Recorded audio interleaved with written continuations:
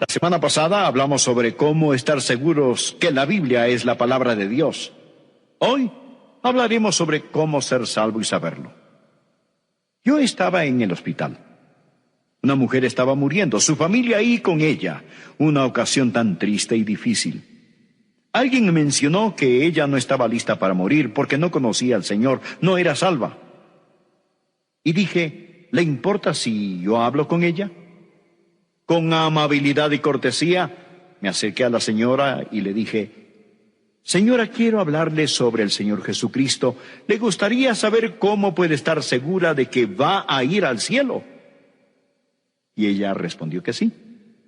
Así que le hablé del Evangelio. Le dije que Cristo murió por nuestros pecados, por los de ella, y pagó su deuda. Y le dije que si aceptaba a Jesús por fe, sería salva, perdonada, y estaría camino al cielo con certeza divina. Y ella respondió, yo quiero eso. Y oré con ella. Y ella oró y pidió a Cristo que entre en su corazón, que perdone sus pecados y que le dé salvación eterna. Luego regresé donde sus familiares. El yerno estaba ahí. Y le dije, ¿no es maravilloso que ahora es salva? ¿Y saben lo que él me contestó? Oh, nadie sabe si es salvo. Y yo le dije, hombre, claro que sí. Y él dijo, no. Lo mejor que se puede hacer es esperar que uno sea salvo. Así que compartí con él un versículo. Es el pasaje de la Escritura que vamos a tener hoy. Quiero que busquen 1 de Juan, capítulo 5, desde el versículo 11. Y este es el testimonio, que Dios nos ha dado vida eterna, y esta vida está en su Hijo. El que tiene al Hijo tiene la vida. El que no tiene al Hijo de Dios no tiene la vida. Y aquí el versículo, pongan mucha atención. Estas cosas os he escrito a vosotros que creéis en el nombre del Hijo de Dios, para que deténgase aquí un momento. ¿Qué es lo que dice? Para que sepáis, para que sepáis que tenéis vida eterna. No creáis, no adivinéis, no esperéis, no presumáis, no penséis, no, sino sepáis con una certeza absoluta que tenéis vida eterna. Este privilegio es de todo cristiano. Por eso es tan importante que estén completamente seguros de que son salvos. La manera de ser salvos es creyendo que Jesús es el Cristo. Ese Jesús, y el nombre Jesús significa Salvador, es el Mesías. Creen eso, confían en eso. Y algo sucede y nacen de nuevo. Es así de simple, gloriosamente simple y simplemente glorioso. En Hechos 16, versículo 31, leemos algo interesante. Ellos dijeron, cree en el Señor Jesucristo y serás salvo. Amigos, no es nada tan alto que pocos puedan alcanzarlo. Es tan bajo que pocos bajan a él. Es tan claro, es tan simple. Somos salvos por fe en Jesucristo. La palabra creer no significa tan solo creencia intelectual. Los demonios creen así. Creer denota confianza y compromiso. Pienso que está claramente descrito en otro versículo y quisiera que lo busquen conmigo. Efesios capítulo 2, es tan claro, tan simple. Efesios capítulo 2, versículos 8 y 9. Dios lo hace abundantemente claro porque Él quiere que seamos salvos. Y aquí Dios nos dice no solo lo que nos salva, sino lo que no nos salva. Esto es lo que dice.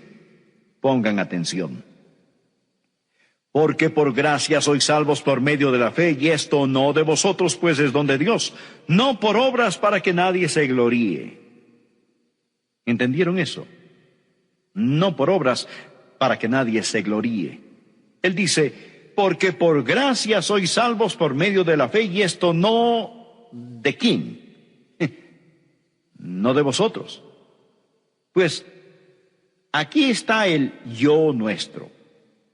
De acuerdo, el yo no puede salvar. ¿Lo entienden? Y continúa diciendo, no por obras para que nadie se gloríe. Obras, obras, ahí lo tienen. El yo y las obras. ¿Ven que eso no salva? ¿Lo ven? El yo y las obras no salvan.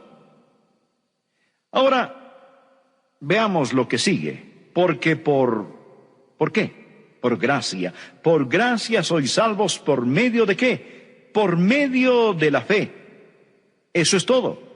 Les digo, es así de simple. Si caminan por las calles de cualquier ciudad y preguntaran a las personas, ¿son salvos y van rumbo al cielo? ¿Saben lo que la mayoría diría? Espero que sí. Creo que sí. Hago lo mejor que puedo. El yo y el hago obras lo mejor que puedo. ¿No es verdad? No en vano, la gente no tiene ninguna certeza. ¿Cómo tener certeza si depende de lo que uno hace? Yo no confiaría ni en los mejores minutos de mi vida para poder entrar en el cielo. Hago lo mejor que puedo. El yo y las obras. Ahora, en comparación con eso está lo que Dios dice. Dios dice aquí, porque por gracia. ¿Qué es gracia? Gracia es el favor inmerecido y amor que Dios muestra a pecadores como nosotros. Es su razón de amarnos cuando no hay mucho que amar. Dios no nos ama por lo que nosotros valemos. Tenemos valor porque Él nos ama por su gracia. Y por eso Jesús vino a morir.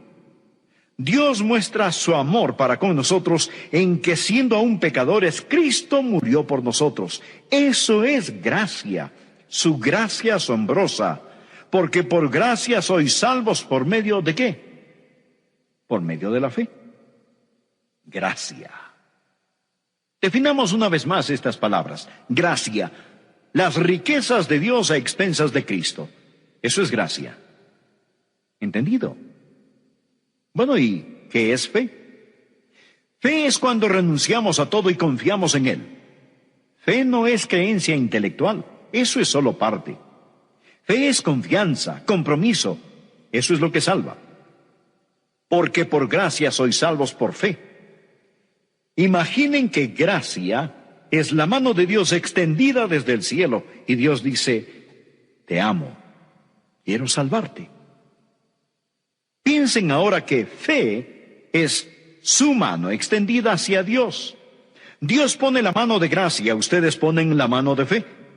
Y cuando ponen su mano de fe en la mano de gracia de Dios, eso, mis amigos, eso es salvación. Porque por gracia sois salvos por medio de la fe. ¿Estamos de acuerdo? Ahora, dicho eso, quisiera preguntar, ¿cuál es el resultado? ¿O cuáles son las características del que nace otra vez? ¿Qué distinción tiene el creyente? Este pequeño libro de Primera de Juan fue escrito para dar certeza. Y la palabra sepáis, del verbo saber, se menciona casi 40 veces en esta epístola. Ahora él menciona maneras en que podemos saber que hemos nacido de nuevo. Voy a tomarlas todas y reducirlas a 3, porque básicamente las 40 se resumen en 3 cosas básicas. Y quiero que tomen una prueba, por así decirlo. ¿Están listos para esto? La prueba de la certeza para saber si tienen o no el derecho de decir, sí, gloria a Dios, sé que soy salvo. La primera prueba es la del señorío. ¿Es Jesucristo el Señor de su vida? Veamos Primera de Juan, capítulo 2, desde el versículo 3. Y en esto sabemos que nosotros le conocemos si guardamos sus mandamientos. No dice que somos salvos si guardamos sus mandamientos. No. La salvación es un regalo de Dios. Dice que sabemos que le conocemos si guardamos sus mandamientos. El que dice, yo le conozco y no guarda sus mandamientos, el tal es mentiroso y la verdad no está en él. Una cosa del apóstol Juan es que va directamente al grano. No hay nada esotérico aquí. Si dicen ser salvos, si dicen conocer a Dios sin guardar sus mandamientos, Dios dice que son mentirosos. Quizás dirán, pastor, no entiendo. ¿Quiere decir que si rompo uno de los mandamientos significa que no soy salvo? No estoy diciendo eso. Porque no hay nadie aquí que no ha pecado o fallado en algo de alguna manera después de ser salvos. ¿No es verdad? Todos lo hemos hecho y Juan lo sabe. Vean el capítulo 1, versículo 10. Si decimos que no hemos pecado, le hacemos a él mentiroso y su palabra no está en nosotros. Eso es tiempo pasado, ¿de acuerdo? Es tiempo pasado. Pero en el capítulo 2, versículo 1 dice, hijitos míos, estas cosas os escribo para que no pequéis.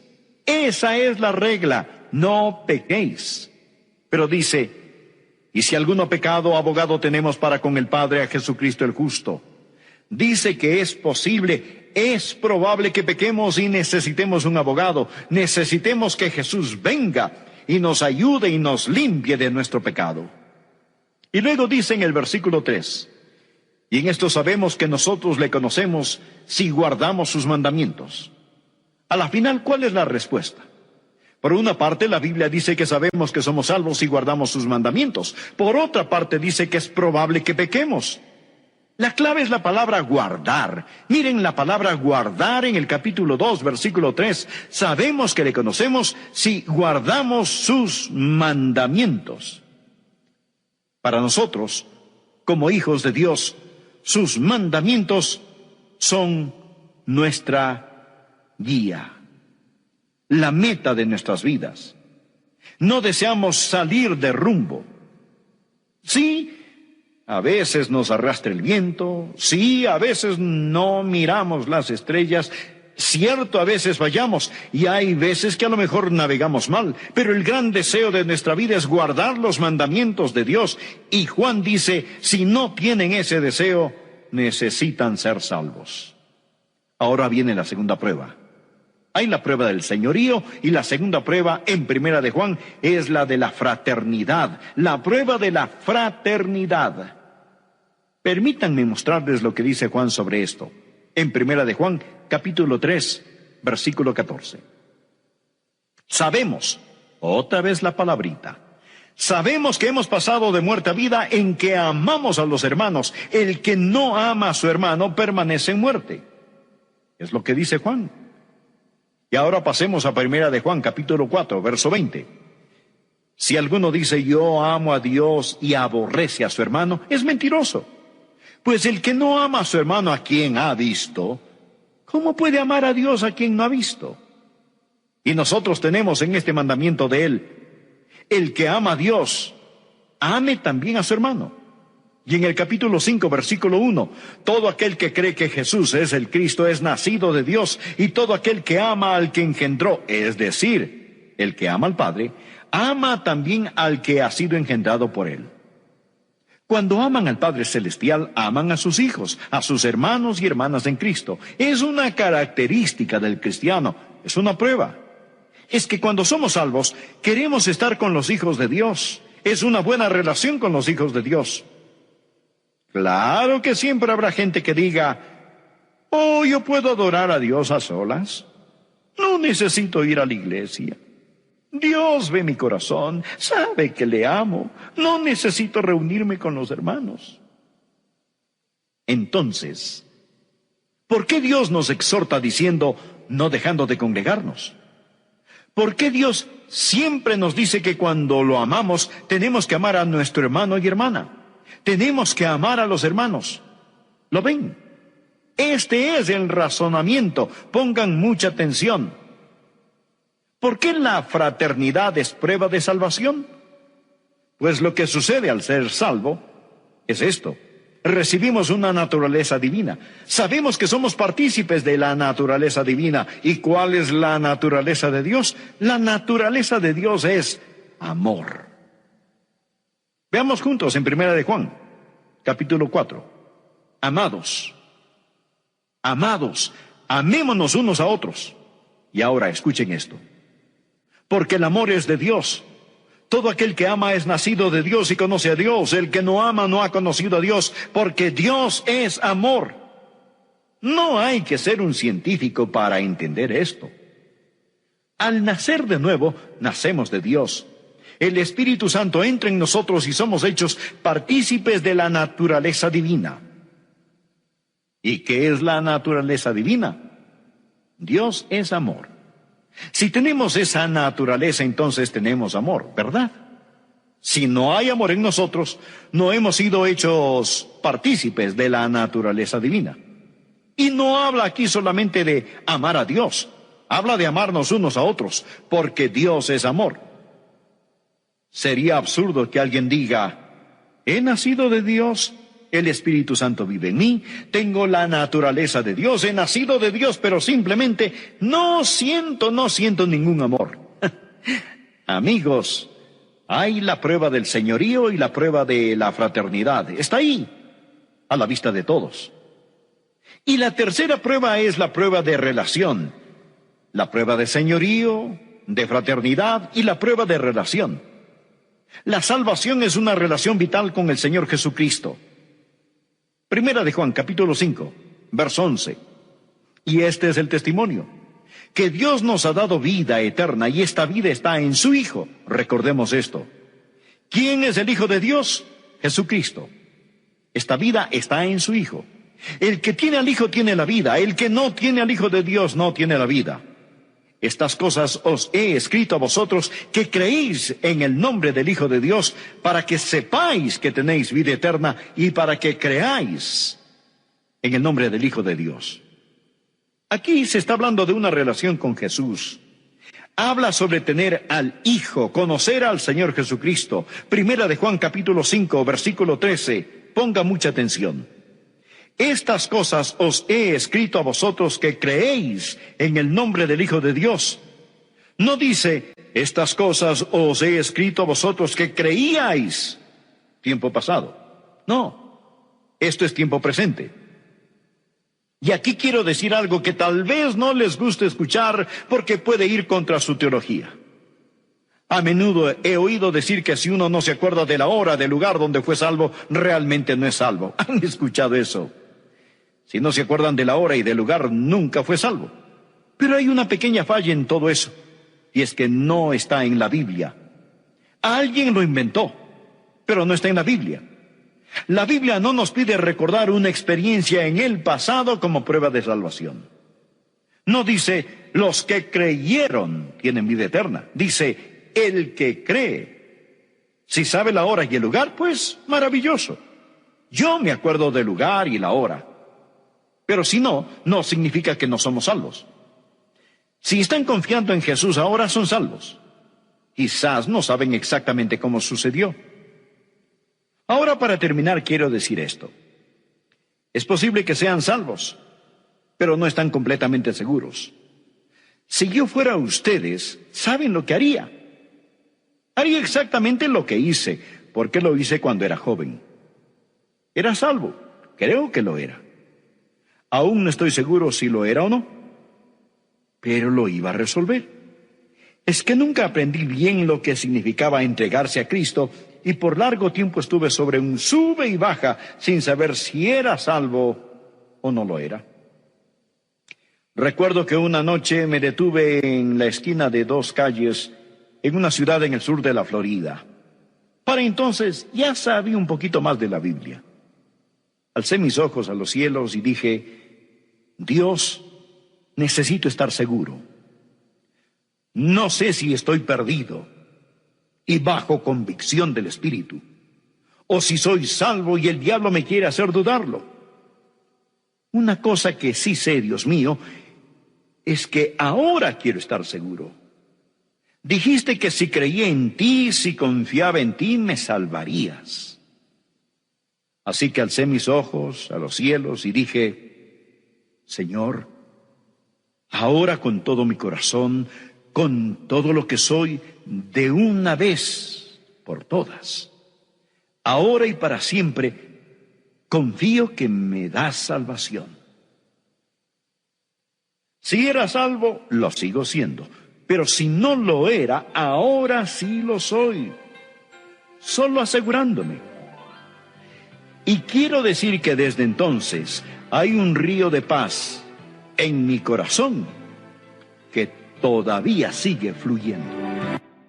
El título de nuestro mensaje hoy es la segunda parte de cómo ser salvo y saberlo. Y si usted no es salvo y no tiene la seguridad de la salvación, entonces necesita salvarse y obtener la seguridad de su salvación. Mas si usted es salvo, tiene la salvación y la certeza y la seguridad. Algunas personas dirán, si eso es cierto, pastor, ¿qué de esto o aquello? ¿Qué me dice de este versículo? ¿Qué me dice de aquel pasaje? Bueno, permítame darle una ilustración clásica de lo que alguien haría si usted dice que cree en la seguridad eterna del creyente.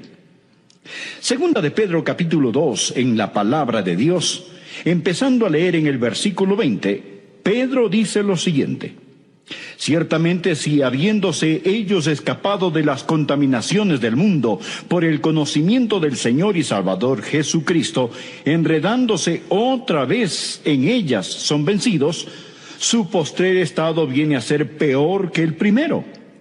Porque mejor les hubiera sido no haber conocido el camino de la justicia, que después de haberlo conocido, volverse atrás del santo mandamiento que les fue dado. Pero les ha acontecido lo del verdadero proverbio: el perro vuelve a su vómito y la puerca lavada a revolcarse en el cieno. Alguien dirá, ¿lo ve usted? Allí enseña que una persona puede ser salva y perderse nuevamente.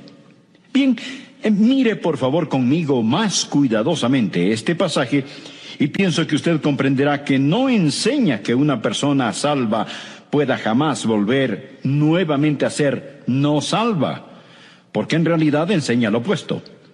En el versículo 20 dice esto: ciertamente, si habiéndose ellos escapado de las contaminaciones del mundo por el conocimiento del Señor y Salvador Jesucristo.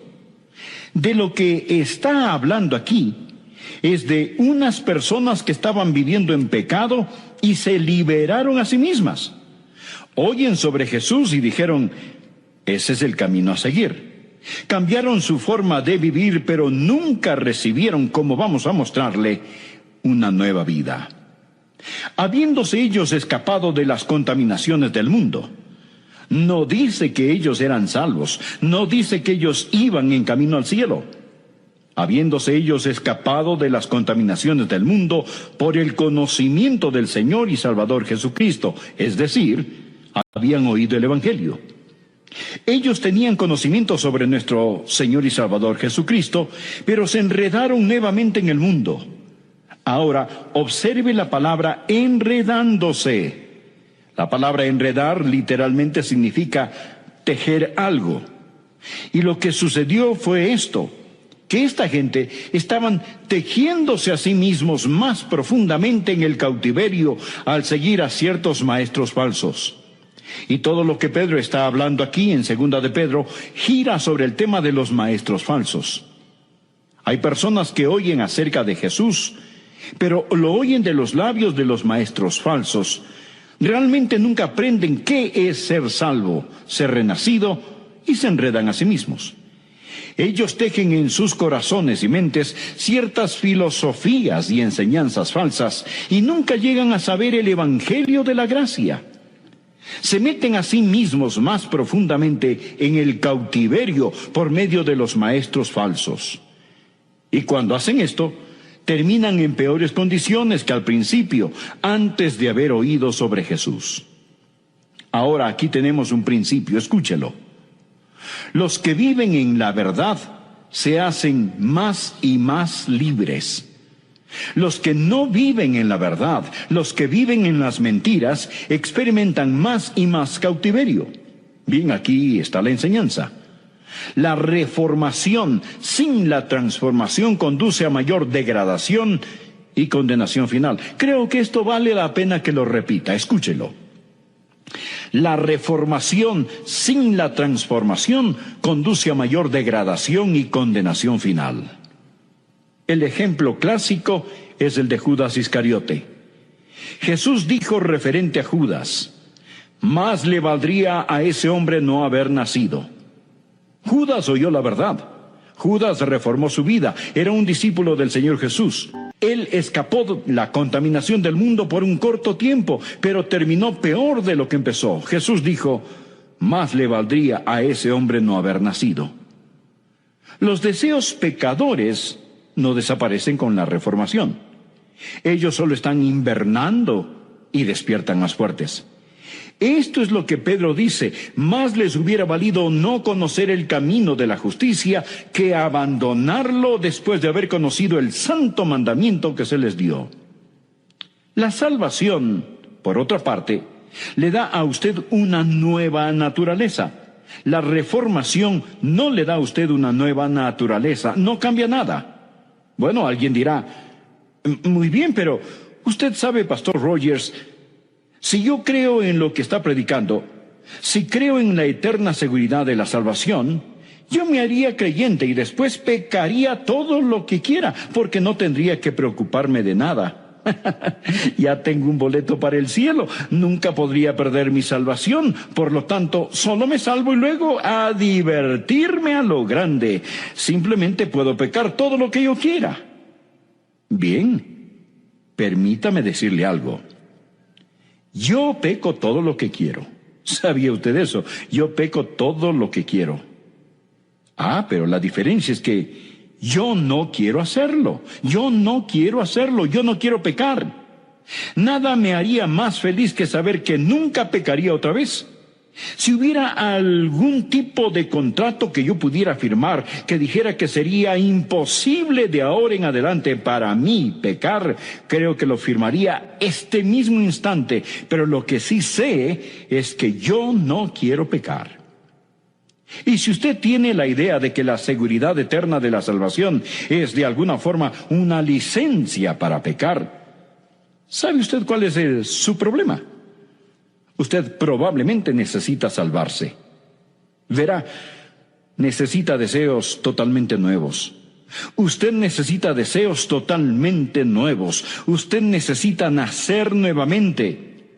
Esta gente de la cual está Pedro hablando se había reformado, pero nunca se había regenerado. Muy bien, veamos otro versículo. Busque Mateo capítulo 24. Este es otro pasaje que la gente frecuentemente utiliza para tratar de probar que una vez que somos salvos podemos perder nuestra salvación. Mateo capítulo 24, versículo 11, dice lo siguiente: y muchos falsos profetas se levantarán y engañarán a muchos. Y por haberse multiplicado la maldad, el amor de muchos se enfriará, mas el que persevere hasta el fin, éste será salvo. Alguien podrá ver en este versículo, mostrárselo en su cara y dirá, ¿no lo ve usted? Que para que usted pueda ser salvo tiene que mantenerse firme hasta el fin. Amigo, es asombroso cómo la gente le da vuelta a las cosas 180 grados fuera de enfoque. Dicen que para que usted pueda ser salvo tiene que perseverar hasta el fin. Pero Dios enseña aquí que para que usted pueda perseverar hasta el fin, tiene que ser salvo. Es todo lo que Él está diciendo. Usted desea saber quién es salvo. Los que perseveran son quienes son salvos. Ellos no son salvos porque perseveran. Más bien, perseveran porque son salvos. Ahora, simplemente tomen sus Biblias y miren en Juan capítulo 6, versículo 64. Jesús dijo, pero hay algunos de vosotros que no creen. Jesús les está hablando a los que están a su alrededor, porque Jesús sabía desde el principio quiénes eran los que no creían y quién le había de entregar. ¿Piensa usted que esto lo tomó a él, a Jesús, por sorpresa? ¿Piensa que Jesús dijo, qué acontecimiento tan desagradable es este? Oh, no. ¿Cómo pude haber elegido a Judas? No puedo creerlo. Este era un hombre en quien yo confiaba y ahora me ha traicionado. Oh, no, amigo. Jesús escogió a Judas con sus ojos bien abiertos. Jesús sabía que Judas nunca había creído en él. Continuemos en este mismo capítulo 6. Miremos los versículos 70 y 71. Dicen así: Jesús les respondió: ¿no os he escogido yo a vosotros los 12? Y uno de vosotros es diablo.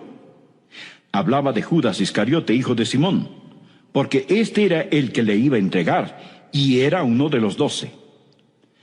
Nada estaba fuera de control. Jesús dijo en otro lugar: he elegido a Judas para que se cumplan las Escrituras. ¿Qué estoy tratando de decir? Muy bien, lo que quiero decir es que Pedro perseveró y Judas no. ¿Por qué? ¿Por qué Pedro perseveró hasta el fin? ¿Y por qué Judas no perseveró? Muy simple: Pedro tuvo fe. Jesús dijo: Pedro, he orado por ti, para que tu fe no falle. Judas no tenía fe. Jesús conocía desde el principio quiénes eran los que no creían. Judas nunca creyó. Simón Pedro sí creyó. Mas el que persevere hasta el fin, este será salvo. En 1 de Juan, capítulo 2, versículo 19, ¿lo recuerda? Dice: salieron de nosotros, pero no eran de nosotros, porque si hubiesen sido de nosotros, habrían permanecido con nosotros, pero salieron para que se manifestase que no todos son de nosotros. Por lo tanto, los que salen no pierden su salvación. Los que no perseveran no pierden su salvación. Los que no perseveran no pierden su salvación por fracasar en mantenerse firmes hasta el final. Ellos no pierden la salvación, estimado amigo, simplemente porque nunca la tuvieron. Bueno, tenemos tiempo para ver algo más. Veamos Hebreos capítulo 6. Guardé para lo último, porque pienso que este es el pasaje al que mucha gente recurre cuando realmente tratan de probar de algún modo que podemos perder nuestra salvación. Hebreos capítulo 6. Comenzaré a leer en el versículo 4.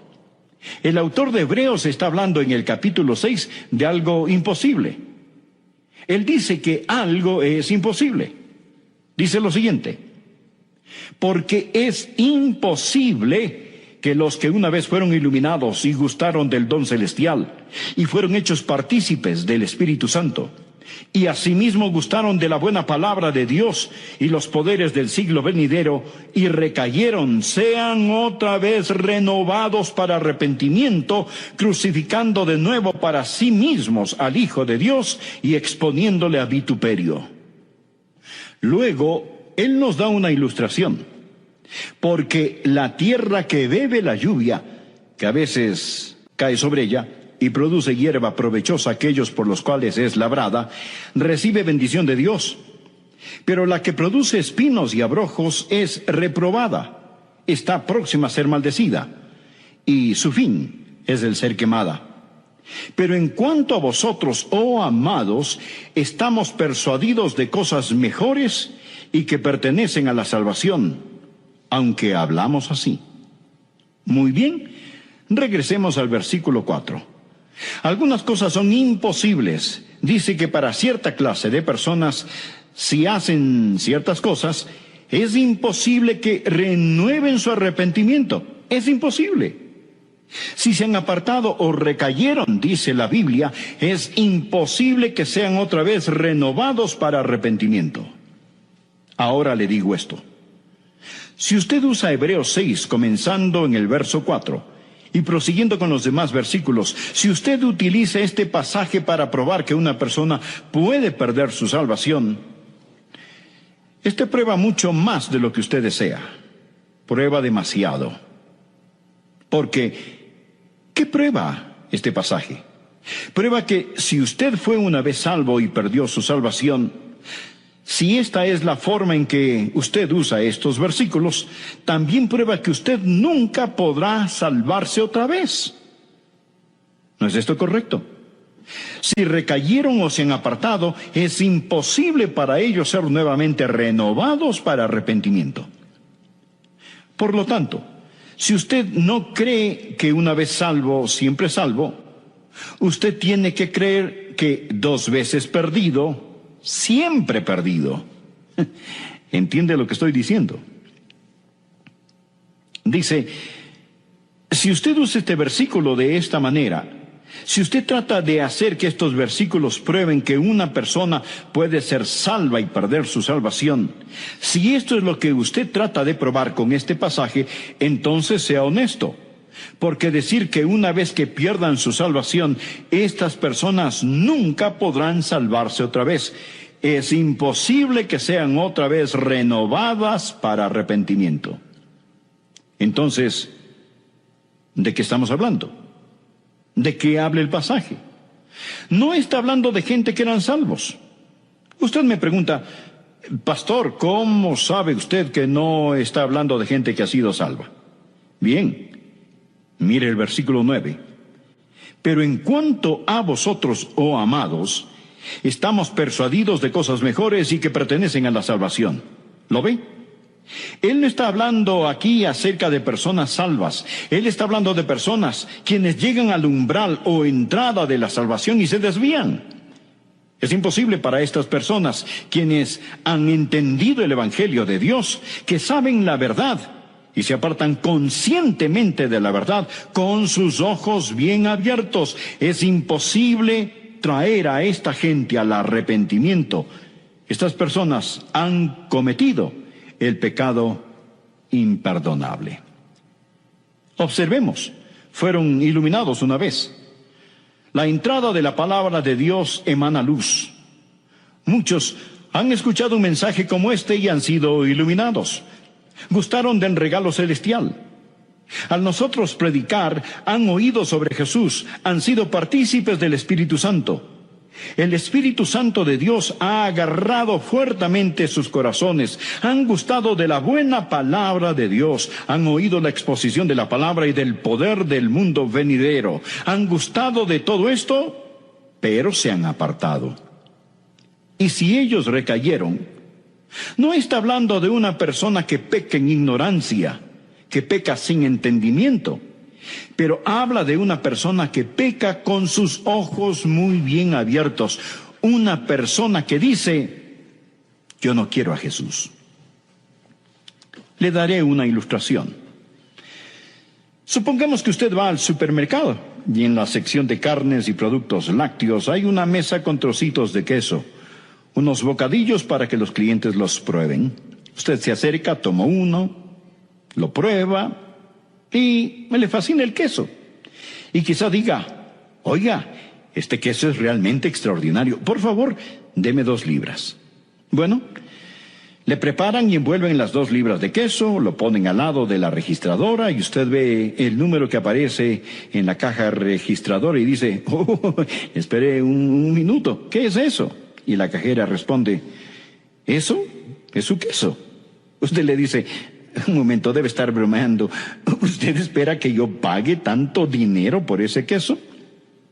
Ella le dice, señor, es una clase de queso muy difícil de conseguir. Es un queso importado, es un queso muy caro. Pensé que usted lo quería. Usted le dice, bueno, sí, yo lo quería, pero no sabía que costara tanto.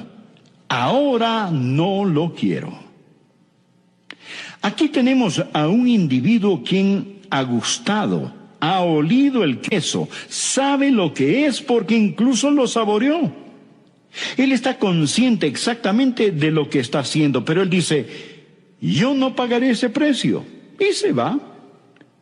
Él se rehúsa con sus ojos bien abiertos y está en completa libertad de hacerlo. Ese es su privilegio. Ahora, estos no son definitivamente todos los versículos, son simplemente algunos de los versículos que la gente usa para probar que la salvación se puede perder. ¿Qué significa todo esto para usted? Bien, si usted es un hijo de Dios y sabe que es salvo, regocíjese, descanse en el amor de Dios, sírvale con gratitud. Sírvale, y sírvale por tan maravillosa salvación. Dígale al Señor, no puedo trabajar para salvar mi alma.